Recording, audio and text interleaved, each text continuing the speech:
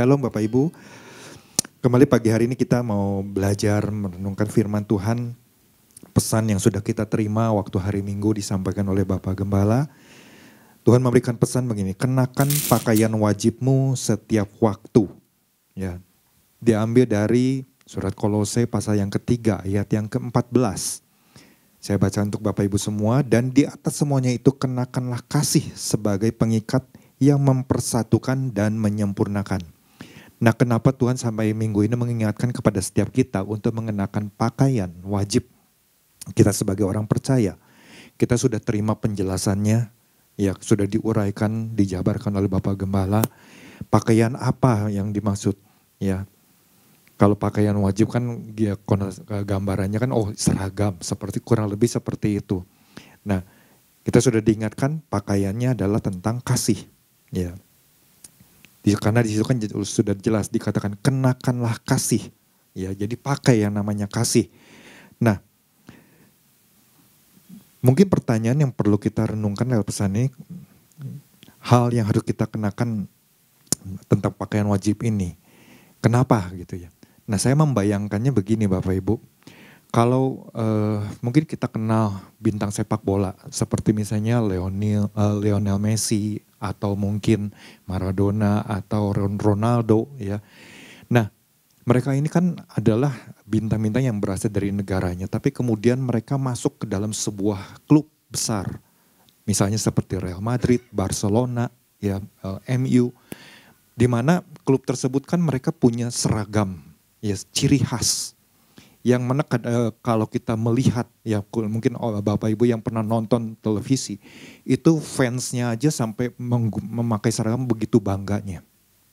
Dan saya meyakini bintang-bintang sepak bola ini pun ketika mereka masuk ke sebuah klub yang punya sejarah, ya, latar belakang yang begitu hebat, misalnya juara champion, juara dunia dan sebagainya, piala-piala yang mungkin dipajang, ya, di klubnya, mereka pasti bangga ketika mereka bisa mengenakan jersey, ya, seragam yang mereka bela, yang mereka mungkin dari kecil sudah impikan, wah satu saat saya akan masuk ke klub ini menjadi bintang, ya. Nah, kita bisa melihat hal itu, ya. Pertanyaannya mungkin buat kita, apa kaitannya dengan kita sebagai orang percaya? Bapak Ibu, ketika kita dilahirkan baru sebagai manusia baru, sebagai anak Tuhan, kira-kira punya enggak rasa bangga itu ada di dalam diri kita, ya, ada di dalam pikiran kita, ada enggak gitu, kepikiran enggak? Karena gini Bapak Ibu, kalau kita baca, ya, yang saya merenungkan dari ayat yang pertama dari Kolose, apa yang Rasul Paulus katakan, ya, saya merenungkan kalimat ini. Karena itu kalau kamu dibangkitkan bersama dengan Kristus, ya. Nah, Bapak Gembala kan kemarin sudah menjelaskan, dibangkitkan bersama dengan Kristus. Di situ saya jadi mengingat, saya lahir baru, mungkin Bapak Ibu bisa merasakan atau mungkin merasakan perasaan yang berbeda enggak? Perasaan yang berbeda enggak ketika kita lahir baru? Kalau saya pribadi saya merasakannya. Saya bisa menangis, menjadi anak Tuhan. Kemudian di saat itu kalau kita mungkin melanjutkan apa yang Rasul Paulus tulis di ayat yang ke-12. Di situ dikatakan, karena itu sebagai orang-orang pilihan Allah, saya lahir baru bukan karena saya yang memilih, tapi Tuhan yang memilih. Saya ditetapkan. Ketika saya merenungkan, iya ya, saya tuh sebagai orang pilihan Allah, dikuduskan dan dikasihinya. Kemudian di situ dikatakan apa? Kenakanlah belas kasihan, kemurahan, kerendahan hati, kelemah lembutan, dan kesabaran. Di situ saya mulai membayangkan seperti kalau Tuhan Yesus pada waktu itu datang di hadapan kita. Anakku, engkau yang aku pilih, engkau yang aku kasihi, engkau yang aku kuduskan. Ini terimalah pakaian ini yang namanya belas kasihan, kemurahan, kerendahan hati, kelemah lembutan, kesabaran. Lalu ayat yang ke-13-nya, sabar Ya, sabarlah kamu seorang terhadap yang lain, ampunilah seorang akan yang lain apabila seorang menaruh dendam terhadap yang lain.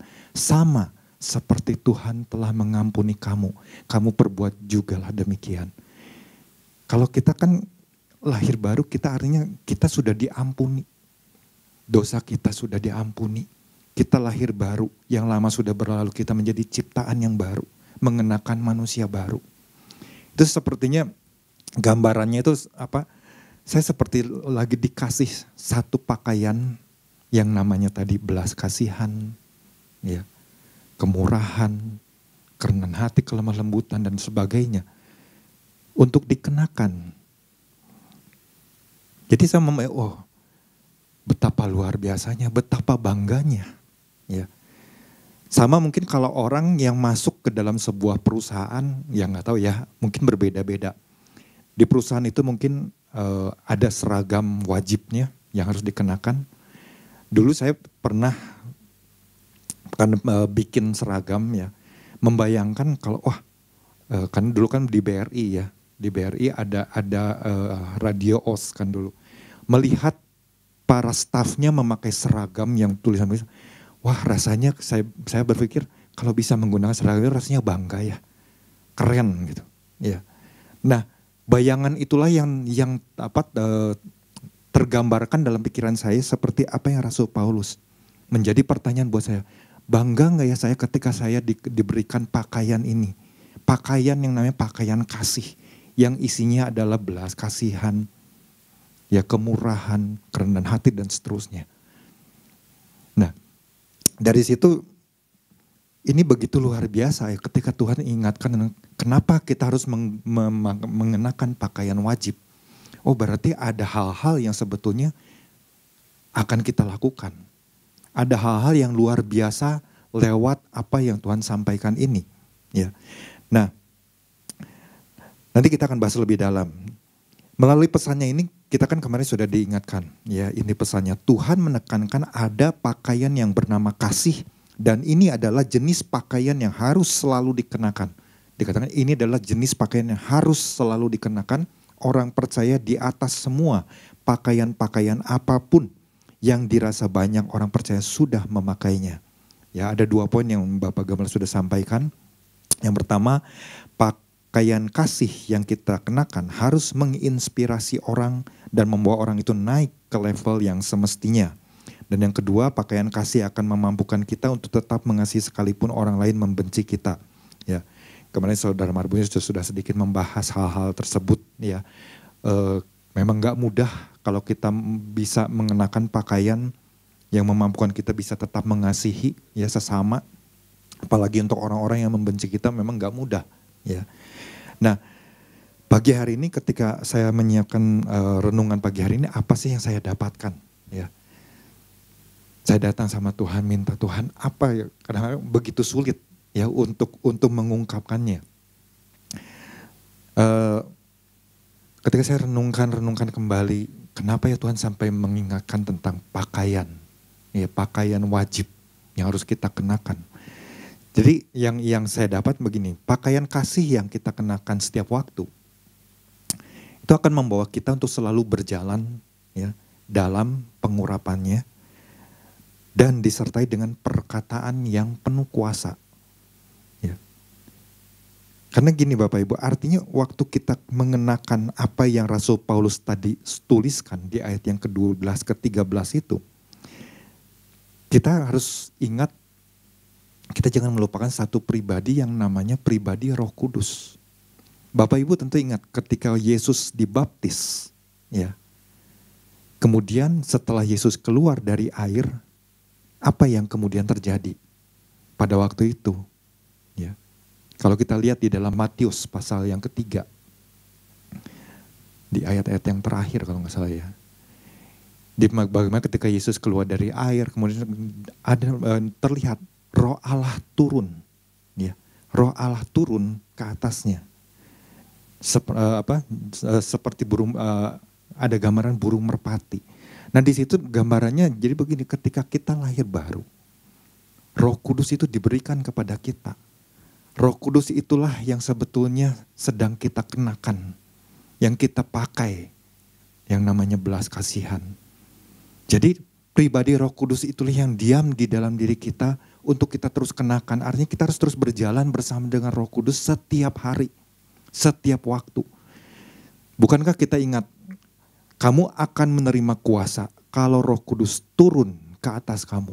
Bagaimana kita bisa berjalan di dalam kuasa yang dari Tuhan, ya, di dalam pengurapan yang dari Tuhan, kalau kita nggak berjalan bersama dengan pribadi Roh Kudus. Beberapa hari lalu kita merayakan kenaikan Tuhan Yesus. Dan kalau Bapak Ibu mungkin menelusuri dari kisah para rasul ketika Yesus sudah naik ke surga. Apa yang dilakukan oleh murid-murid Yesus? Mereka berkumpul di dalam doa bersama-sama. Mereka bertekun sehati, ya, menantikan janji Tuhan.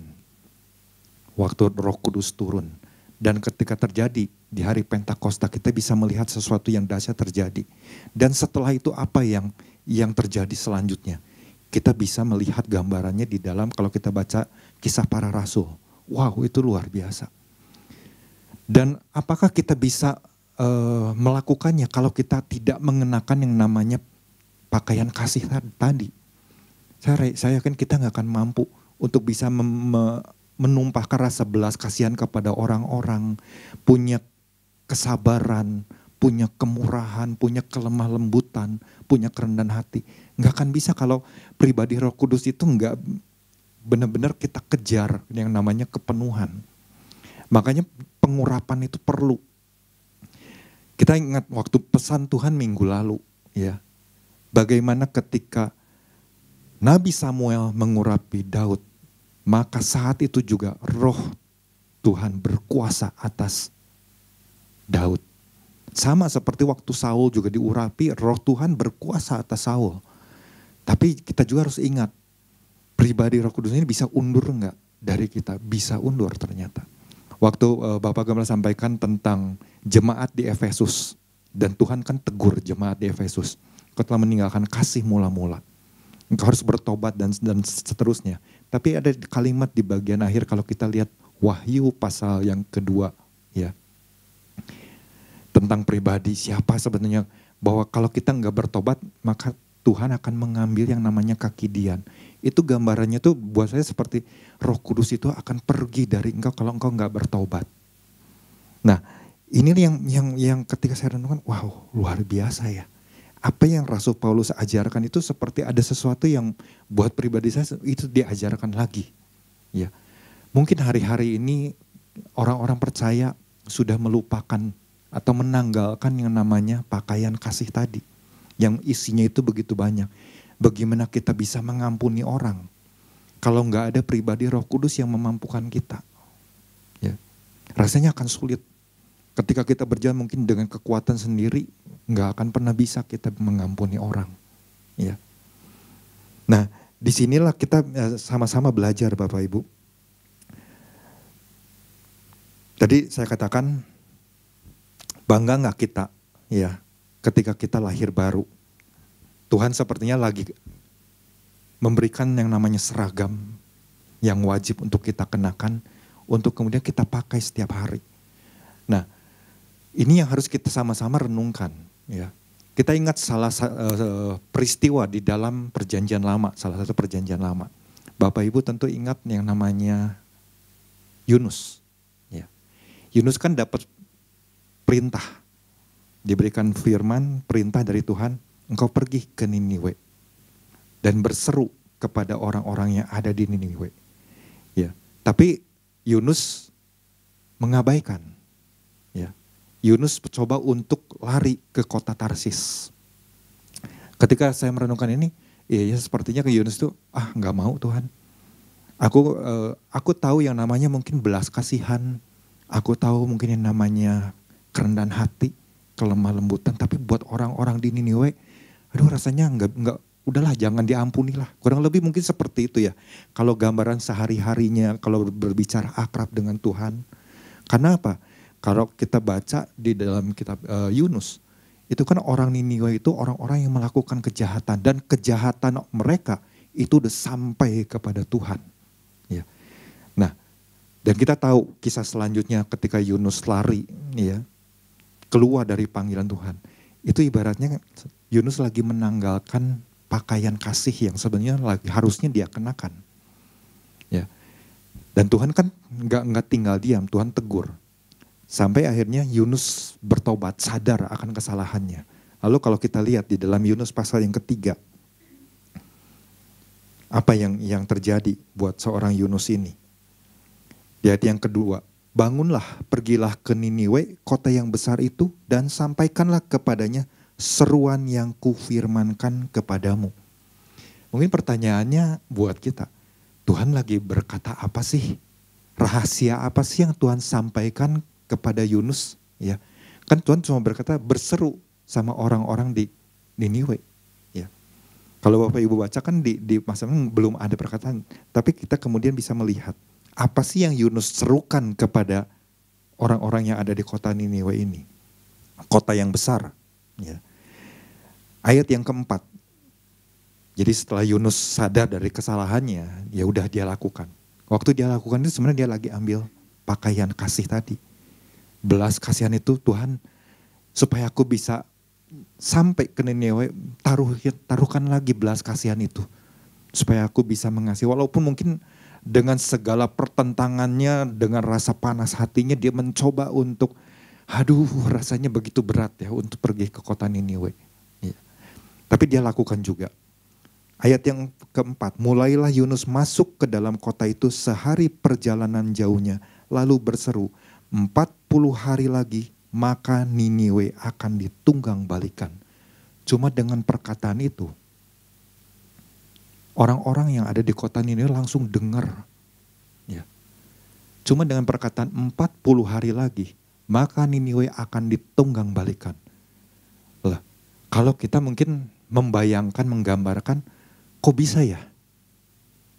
Siapa sih Yunus? Mungkin mereka nggak kenal.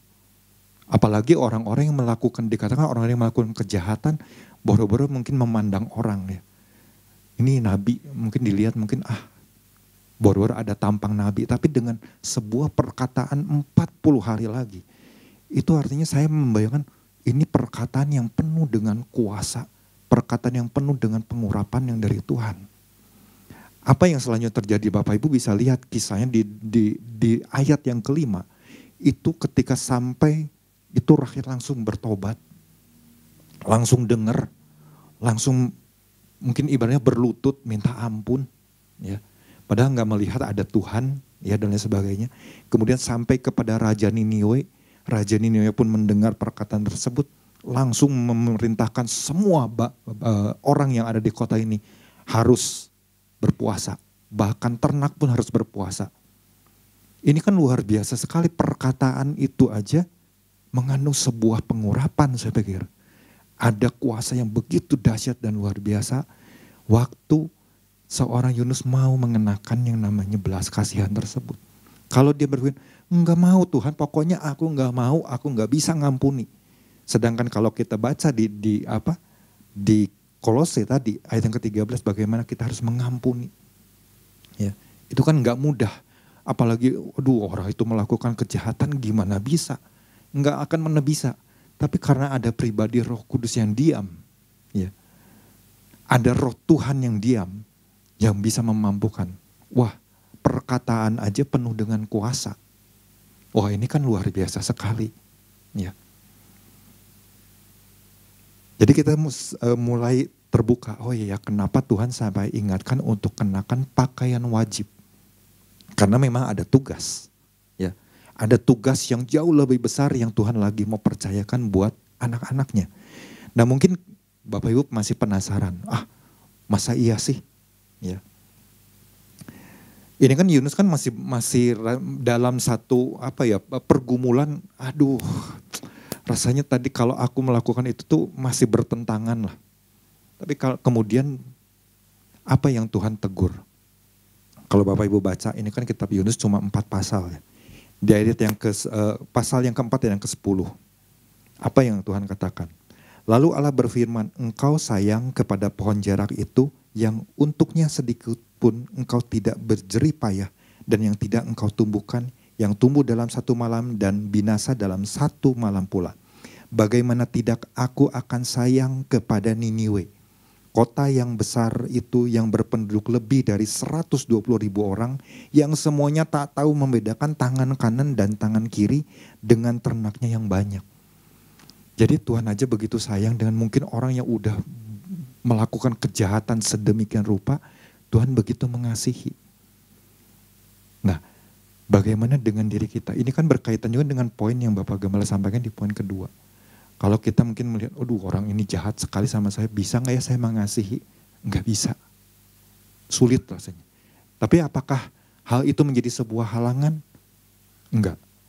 Kalau kita hidup di dalam kepenuhan Roh Kudus, mengejar kepenuhan Roh Kudus, dan selalu minta pengurapan dari Tuhan, maka kita akan dimampukan untuk bisa mengampuni. Nah, hal yang lain mungkin kita masih penasaran, apa betul sih ketika kita berjalan di dalam pengurapan yang dari Tuhan, dalam kepenuhan Roh Kudus, kuasa itu begitu berkuasa waktu kita kenakan yang namanya pakaian kasih itu. Kalau kita lihat mungkin satu kisah lain di dalam Perjanjian Baru. Bapak Ibu tentu ingat kisah tentang Petrus dan Yohanes waktu mereka di sore hari, ya, ketika hari menjelang sore kira-kira pukul 3. Mereka kan pergi ke bait Allah. Tapi sebelum masuk ke bait Allah, mereka ketemu sama salah satu orang yang lagi lumpuh di pintu gerbang. Apa yang Petrus ucapkan? Kita lihat di dalam Kisah Para Rasul pasal yang ketiga. Di situ ada orang lumpuh, ya, yang sejak lahir dia udah lumpuh. Setiap hari diusung sama orang-orang, dibawa ke sana. Supaya apa? Supaya mendapat belas kasihan. Supaya dikasihani orang, supaya ada orang yang mungkin bisa tolong, bisa bantu, bisa kasih sedekah dan lain sebagainya. Nah, kadang-kadang kan konotasinya hal ini seringkali kita juga menggambarkan yang namanya kasih itu, ditolong seperti ini, diberi sedekah, diberi bantuan begini begitu dan lain sebagainya. Apakah yang seperti itu? Memang kadang-kadang ada yang beranggap seperti itu, tapi kita jangan salah memahami. Lewat perkataan kita pun sebenarnya kita lagi menunjukkan pakaian kasih itu. Apa yang Rasul Petrus katakan? Ya, jadi ketika orang itu melihat bahwa Petrus dan Yohanes di ayat yang ketiga hendak masuk ke bait Allah, ia meminta sedekah. Nah ini, seolah-olah dia minta belas kasihan, kasihani aku, beri aku sedekah, aku perlu makan dan sebagainya. Kadang-kadang orang berpikirnya seperti itu. Ya. Tetapi dikatakan mereka menatap dia dan Petrus berkata, lihatlah kepada kami. Ini perkataan yang saya maksudnya. Orang itu menatap dengan harapan akan mendapat sesuatu dari mereka. Tetapi Petrus berkata, emas dan perak tidak ada padaku, tetapi apa yang kupunyai kuberikan kepadamu. Demi nama Yesus Kristus orang Nazaret itu, berjalanlah. Cuma lewat perkataan demi nama Yesus orang Nazaret itu, demi nama Yesus Kristus orang Nazaret itu, berjalanlah. Ini perkataan yang penuh dengan kuasa. Karena apa? Saya meyakini bahwa Petrus, Yohanes ketika mereka setiap hari taat datang ke bait Allah untuk berdoa, sebenarnya mereka lagi berjalan dalam pengurapan. Ya, mereka berjalan dalam pengurapan. Karena apa? Kalau kita mungkin mundur sedikit kan di hari Pentakosta mereka udah mengalami yang namanya kepenuhan Roh Kudus. Makanya penting kita terus mengejar kepenuhan Roh Kudus. Nah, disitulah kuasa lewat perkataan aja bisa memulihkan, menyembuhkan.